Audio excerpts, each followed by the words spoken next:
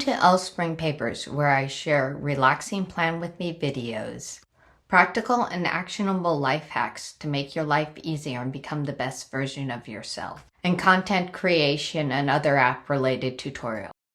First, a disclaimer. I am not a mental health or any other type of medical professional, and nothing in this video is intended as medical advice.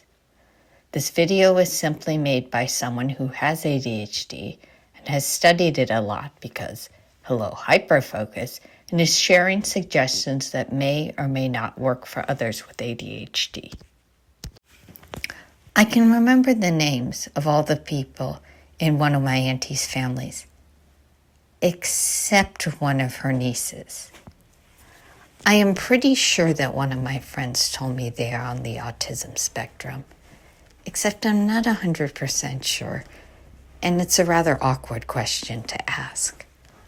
I'm sure my father and I agreed to something, but he denies it. I have ADHD, and although my working memory is on the better end of the spectrum, it is still not perfect. Even if you don't have ADHD, if you're human, you've probably forgotten something a friend, partner, family member, coworker, supervisor, neighbor, or other person told you, leading to an awkward situation later. One solution is to write it down or type it shortly after you are told it.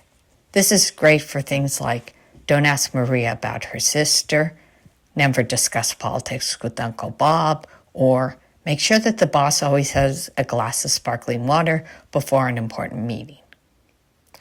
First, you need to decide where to write down or type the information. You can use a physical notebook. I released an earlier video on how to use a neglected notebook to save hours of frustration, or a notes app on your phone, such as Apple Notes, Good Notes, Simple Notes, etc. Or if you have that level of organization and executive function, you can sometimes start on your phone and transfer it to a notebook. There is research that the act of physically writing stuff down helps commit to memory, but do what is actually going to work for you. Otherwise, you'll give up on it within a day. Then find a grouping system that works for your brain. Mine would be larger categories such as family, coworkers, partner, and friends, and people's names as subcategory, but do what works for you. Part of the way to make this system work is to have either the notebook or the app easy to access. If it's a notebook, keep it on your desk or somewhere else where you can easily find it. It also gives you an opportunity to reflect back on a conversation, particularly if it was one that discussed a lot of important things, either practical or emotional. The goal is to not do this for every single conversation. In practicality, you probably won't be able to maintain it. The goal is to have a notebook or notes app where you write down important things, or things you find yourself constantly forgetting. If you can't remember the name of someone's relative, next time you learn it, make a note to yourself so you'll remember it in the future. Beat yourself up if you don't always do it.